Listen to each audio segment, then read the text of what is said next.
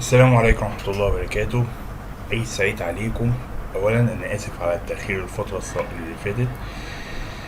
إن أنا ما عملتش شروط بس عشان العيد وكده وانتوا عارفين الحوار دوت. النهاردة إن شاء الله بإذن الله الرحمن الرحيم هنتكلم عن ال ODE. بالأدق هنتكلم عن شوية أخطاء إحنا بنعملها وبيطلع لنا خطأ في ال ODE مش فاهمين ليه. الدرس دوت أخطاء ال ODE. طبعا هي أخطاء عامة سواء 45 23 هو نفس الخطأ. تمام، بسم الله. احنا هنعمل دلوقتي حاجة اسمها الفانكشن. فانكشن على ال ODE. حلو. فانكشن y بيساوي ماي في سي ان y وتي.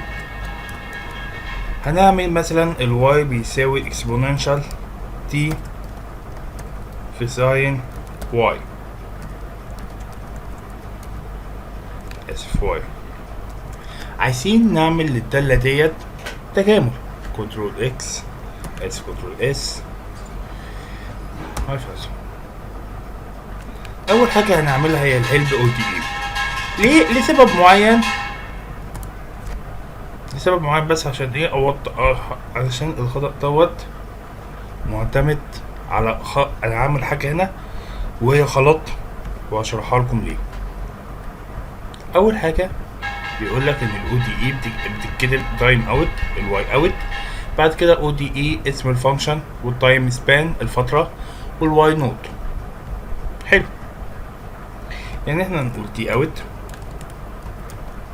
تي وواي. هنعمل مثلا ماي ODE 45 ات. في ناس بيعملوها ات ماي واسم الفانكشن، وفي ناس بيعملوها كده على طول.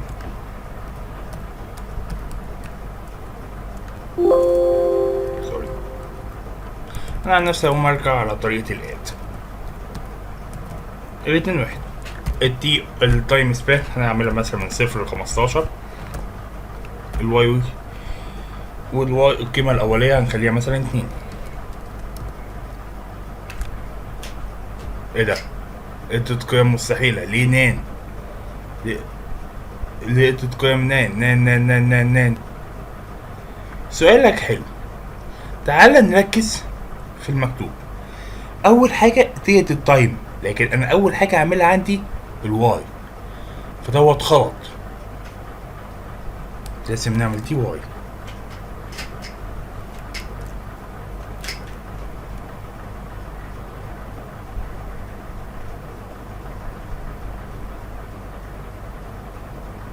ملحوظة الفانكشن ديت من تأليفي، ف يا صابت يا خابت يا 2 عور زي ما بيقولوا. في الشكل دوت هي هنكت. شكلي هضطر ان انا اقلل.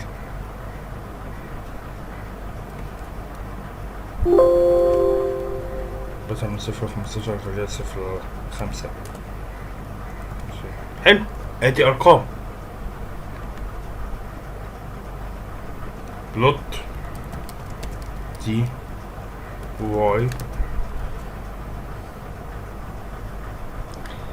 يبقى اول غلط احنا بنعمله، حلو استقرار. اول غلط احنا عملناه هو ان احنا عملنا الماي فانكشنز واي وتي. لا، لازم اول حاجه التايم وبعدين الواي. ليه التايم؟ لان ده مقام لل ODE. هو بيعرف الاول التايم بعد كده يعرف الواي.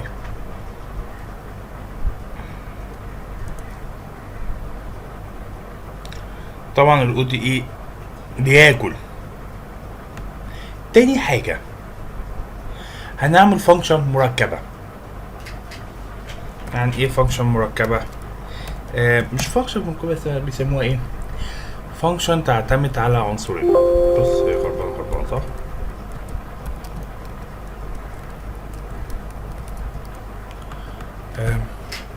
ولكن مثلا y بيساوي ماي سي ان 2 تي وواي.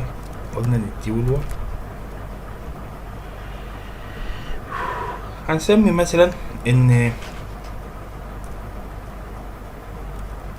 واي واحد بيساوي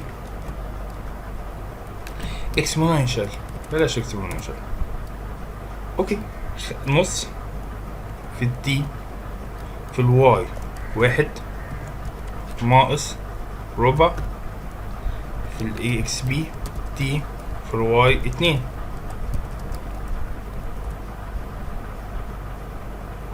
وهنسمي واي اتنين 75 في تي في واي اتنين ناقص، اسف المفروض تكون واي عادية، ناقص واحد، بلاش واحد، ناقص على طول، خلاص نخليها واحد وتكون كوساين تي في واي واحد، خليها كوساين من باب الفراغ. انت واي بيساوي واي واحد واي اتنين،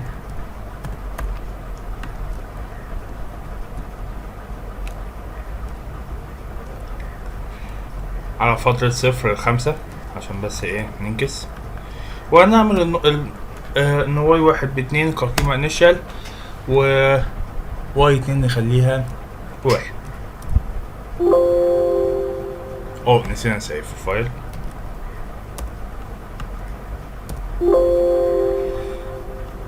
ملاحظين الجملة دي must return a column factor، يعني ايه؟ يعني المفروض ان الواي اللي يطلع ما يكونش مصفوفة، لا يكون عمود. ده تاني غلطة بتحصل، محدش يقول ليه ايه ده احنا مش عارفين، لا هي دايما هي دي المشكلة.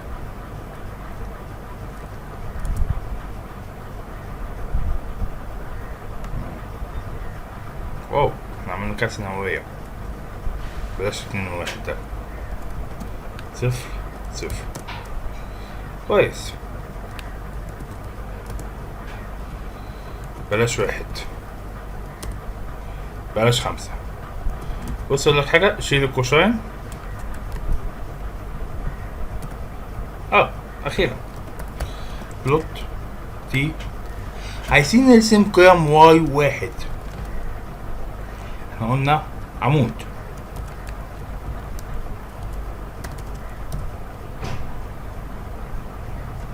واي اتنين الواي كلها،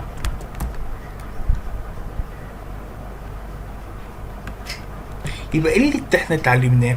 اول حاجة دي تتعرف الاول في الماي فانكشن، بعدين الواي. تاني حاجة يكون ان خارج عواميد ما يكونش مصفوفات. طبعا المسائل دي انا مألفها من دماغي، فما تتوقعوش ان هي تكون ارقام. في واحد بيقول لك طب انا عايز ارسم واي واحد مقابل واي اتنين،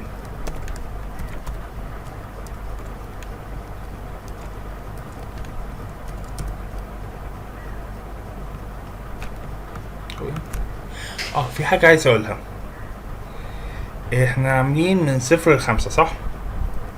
حلو، من 0 ل5 على مسافة 65 على 65 نقطة.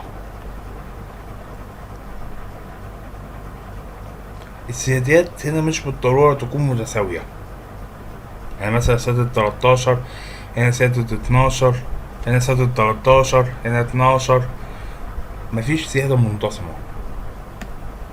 فده مثل ال ODE، سيادته غير منتصمة، وقت ما بيحس بالتغير للواي هو بيغير نفسه. يعني انا قلتها في المرة اللي فاتت، بس هنا بتبقى واضحة اكتر.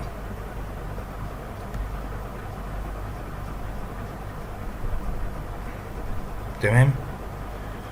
طبعا عشان مش عارف طب احنا ايه اللي يحصل لو احنا عملنا دي اكسبوننشال بعد كده هنستخدم اي ارقام.